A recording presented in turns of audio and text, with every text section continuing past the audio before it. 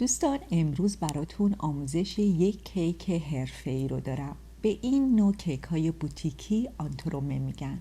آنترومه میتونه به شکل یک کیک بزرگ یا کوچیک باشه، میتونه به شکل یک تارت بزرگ یا کوچیک باشه، حتی میتونه یک دسر لیوانی باشه. در واقع بیشتر از این که یک کیک باشه، یک دسره و اون چیزی که این دسر کیکی رو از کیک های خامه ای متمایز میکنه لایه بندی‌های مختلف و متضاد در این کیک هستش.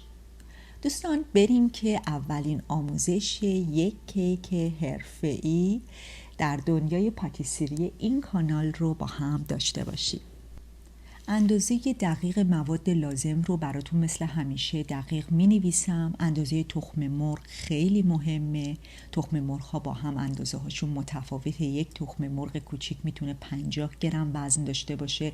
یک تخم مرغ بزرگ 70 تا 75 گرم میتونه وزنش باشه.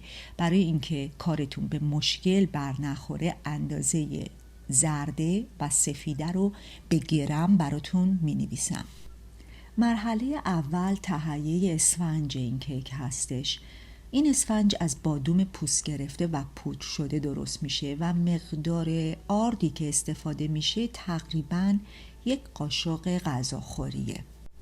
تخم مرغ کامل، پودر بادوم، پودر شکر چند دقیقه هم زده میشه.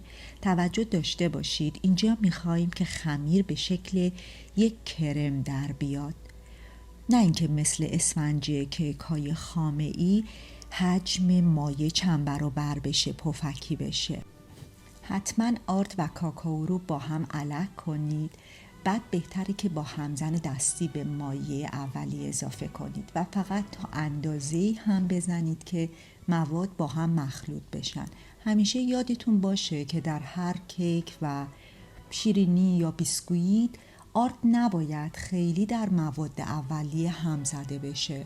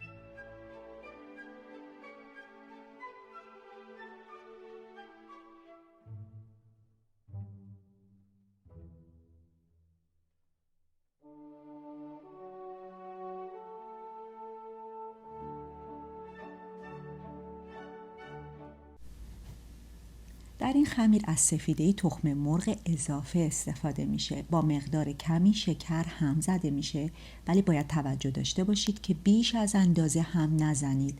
بافت سفیده نباید خیلی سفت بشه. باید انعطاف کافی رو داشته باشه، فرم بگیره، ولی بافتش طوری نباشه که بعد برای مخلوط کردن در خمیر اولیه به مشکل بر بخوریم. پس توجه کنید بافت سفت و انعطاف پذیری داشته باشه. من در فیلم بهتون نشون میدم، ولی با تمرین به دستتون میاد، یاد میگیرید.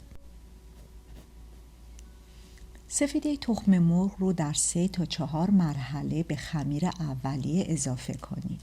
مرحله اول میتونه به شکل مخلوط کردن باشه، ولی در مراحل دوم، سوم به شکل زیر و روی کردن باشه. حرکت میتونه سریع باشه، ولی با لطافت بیشتری انجام بشه که بافت خمیر خراب نشه، چون میتونه در نهایت بافت اسفنج رو خراب کنه. مقداری کره در این اسفنج استفاده میشه. این کره باید ذوب بشه، ولی نباید داغ باشه. هیچ وقت کره رو یک دفعه به خمیر اسفنج اضافه نکنید. حتی اگر مقدارش کم بود. به جاش بیایید چند قاشق از خمیر به دست اومده رو بردارید، با کره مخلوط کنید و بعد به کل خمیر اضافه کنید.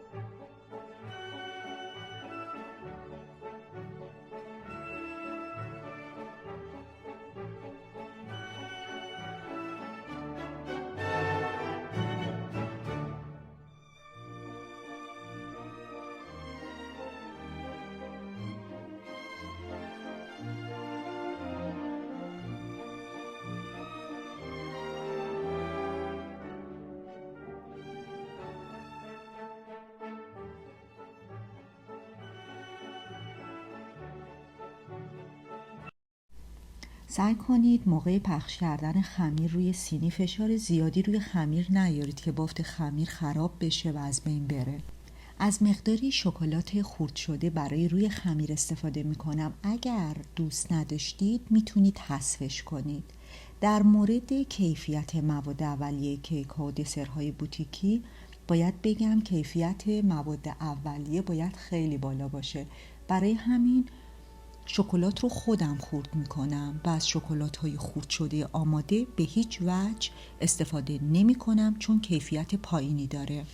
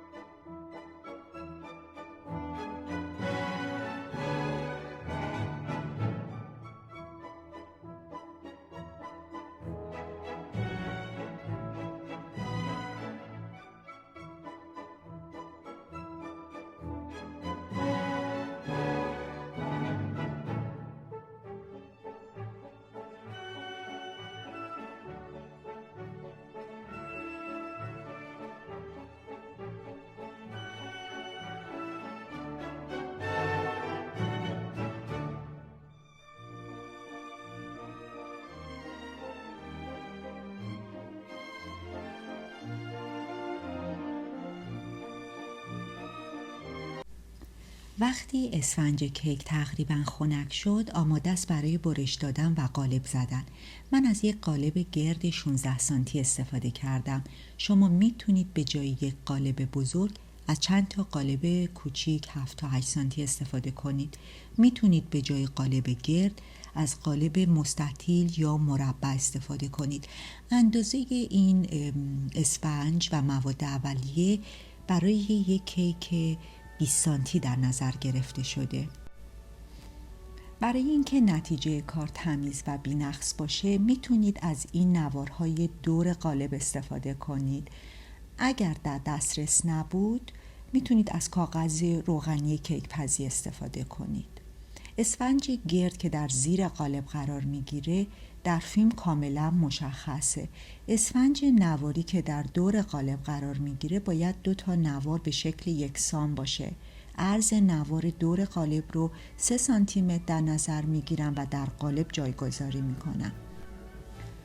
بعد هم نوبت آماده کردن میوه وسط کیک هستش. باید بگم انواع تمشکا بهترین انتخاب برای نوع میوه این کیک هستش. حالا اگر نوع جنگلی باشه که طعم این کیک بی‌نظیر میشه، ولی خب پیدا کردن نوع جنگلی این میوه که به این راحتی ها نیست. من خودم معمولا یا از رزبری استفاده میکنم یا از یک نوع میوهی که شکل ظاهریش خیلی شبیه به بلوبری هستش و اگر نوع جنگلیش باشه که خیلی ریزتر و خوش‌عطر هم هست. ولی برای شب یلدا تغییرات به این کیک دادم. موس میوه‌ای این کیک رو به جای میوه‌ای که همیشه استفاده می‌کردم آب انار رو جایگزین کردم و برای وسط کیک از همون میوه‌ای که گفتم شبیه به بلوبری استفاده کردم، چون فکر کردم دونه انار زیر دندون میاد و هماهنگی با بافت لطیف این کیک نداره.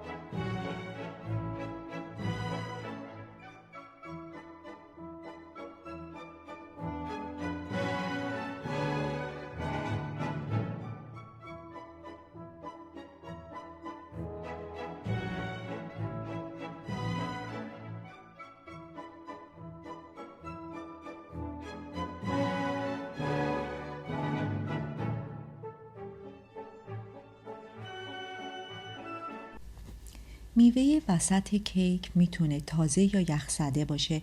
من تازه این میوه رو در تابستون فریز کرده بودم. میوهی که استفاده کردم یخزده بود. به این میوه مقدار خیلی کمی شکر اضافه میشه.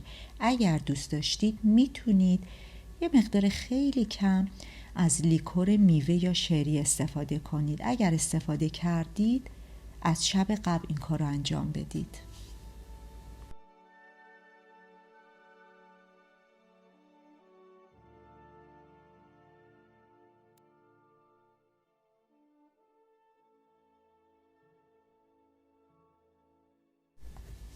مرحله بعدی درست کردن موس شکلات هستش. معمولا برای موس شکلات داخل کیک درصد تلخی شکلات 70% در نظر گرفته میشه. شکلات خورد میشه، روش خامه داغ ریخته میشه، 2 دقیقه صبر میکنید و بعد هم میزنید. حالا شروع به هم زدن خامه‌ای که از قبل در یخچال بوده. کاسه و همزنی که خامه رو به هم میزنید اون هم باید از قبل در یخچال باشه که سرد باشه. برای هم زدن خامه کارتون به مشکل بر نخوره. میدونستید کیفیت و بافت یک موس شکلات یا هر نوع موس میوه‌ای فقط و فقط بستگی به اندازه هم زدن خامه و بافت خامه داره؟ بهتون در فیلم نشون میدم، خوب توجه کنید. خامه نباید به اون اندازه‌ای زده بشه که ما معمولاً برای کیک‌های خامه‌ای استفاده میکنیم. وقتی کیک خامه‌ای درست میکنیم خامه رو تا جایی میزنیم که صفر بشه بتونیم کیک رو به راحتی روکش کنیم. ولی برای استفاده در موس‌ها کاملاً برعکسه، تا حدی هم میزنیم که فقط خامه شکل بگیره. ببینید لطافت خامه رو میبینید؟ فقط تا اندازه‌ای میزنیم که شکل بگیره و شل نباشه و در 3 تا 4 مرحله به شکلات اضافه میکنیم. مرحله اول رو میتونیم کمی سریعتر مخلوط کنیم ولی مراحل بعدی رو فقط در شکلات زیر و روی میکنیم. بعد هم موس شکلات آماده شده رو بلا فاصله در قالبی که از قبل آماده کردیم میریزیم و قالب رو در یخچال قرار میدیم.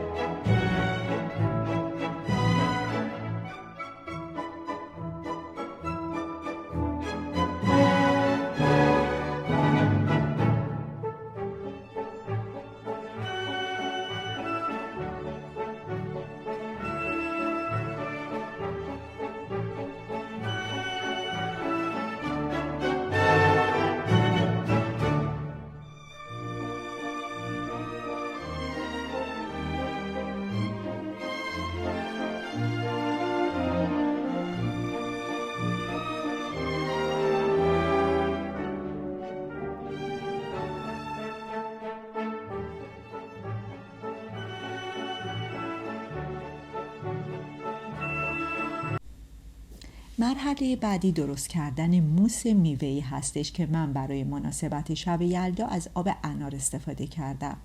اول از همه ژلاتین رو در آب سرد خیس میکنم. برای اینکه زرده در کیک خام نباشه مقدار شکر با آب رو روی حرارت میذارم. دماسنج اینجا لازم دارید تا 120 درجه سانتیگراد آب و شکر رو حرارت میدم و بعد زرده ای رو که از قبل چند دقیقه هم زدم آب و شکر رو شربت رو به زرده اضافه می کنم و به هم زدن ادامه میدم. حالا باید ژلاتین حل بشه. شما میتونید از آب میوه برای حل کردن ژلاتین استفاده کنید یا از لیکور یا شری استفاده کنید. در نهایت باید مقدار آب میوه یا لیکور 15 گرم باشه. آب میوه یا لیکور داغ میشه، ژلاتین داخلش ریخته میشه و هم میزنید تا حل بشه. بعد هم آب میوه رو اضافه میکنید به ژلاتین. اگر ژلاتین کاملا در آب میوه حل نشد، خیلی کوتاه روی حرارت میذاریم تا کاملا ژلاتین داخل آب میوه حل بشه. بعد هم که کاملا خنک شد، با زرده تخم مرغ به آرومی مخلوط میشه. مراحل هم زدن خامه و مخلوط کردن درست مثل مراحل درست کردن موس شکلات انجام میشه.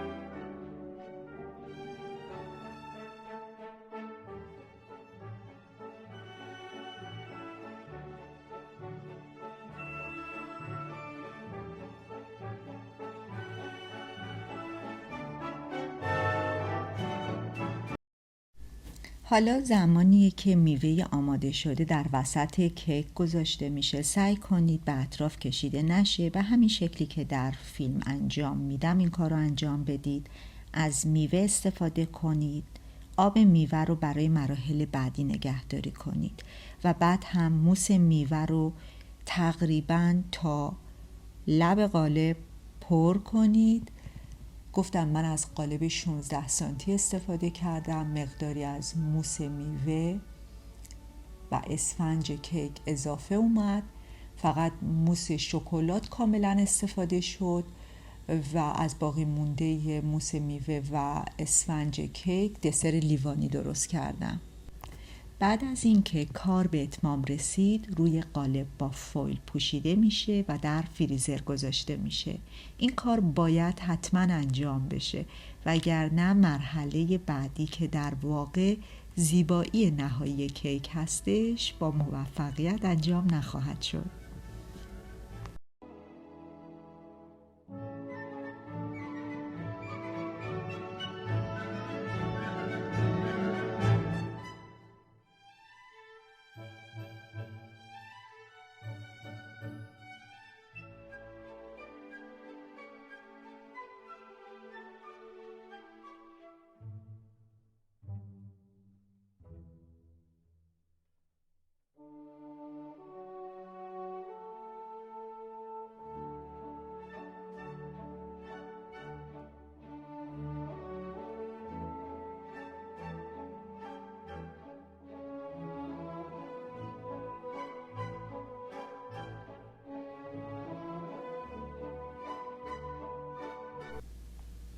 قبل از اینکه کیک رو از فریزر در بیاریم، روکش ژله‌ای یا همون زیبایی نهایی کیک رو باید درست کنیم که یک روکش براق، خوش رنگ، خیلی خوش‌طعم هستش. میتونه از هر نوع آب میوه با هر رنگی باشه. پکتین نقش اساسی رو در این روکش ژله‌ای داره. مواد این روکش روی حرارت پخته میشه و شکلش همچنان بعد از پخت مایع باقی میمونه. کمی از داغی که افتاد به همون شکل مایع و گرم روی کیک یخزده ریخته میشه. اگر کیک یخزده نباشه به خاطر گرمای مایع موس میوه ذوب میشه و قاطی روکش میشه. برای همین حتما باید کیک یخزده باشه. ولی یه خطر کوچیک باز وجود داره. وقتی که روکش روی یک سطح یخزده ریخته میشه، این کار باید خیلی تمیز و سریع انجام بشه، چون خیلی سریع مایع روی سطح یخی شکل ژله‌ای میگیره و اگر خرابکاری بشه شانسی برای درست کردنش نداری. بعد هم میتونید با هر میوه‌ای که دوست داشتید روی کیک رو تزیین کنید. حتی میتونید برای براق کردن میوه‌های روی کیک ژله بیرنگ که هنوز سفت نشده به شکل مایع است روی میوه ها با برس بزنید. اینطوری میوه های روی کیک هم براق میشه هم تازه میمونه. کیک بعد از آماده شدن داخل یخچال گذاشته میشه و فقط باید حواستون باشه که این کار رو از چندین ساعت قبل انجام بدید تا موقع سرو کیک کاملا به دمای مناسب رسیده باشه.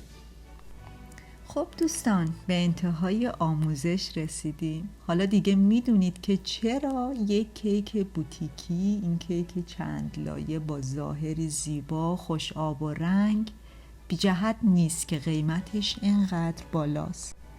به جرئت میتونم بگم که این آموزش یکی از کاملترین آموزش هایی هستش که شما در یوتیوب میبینید.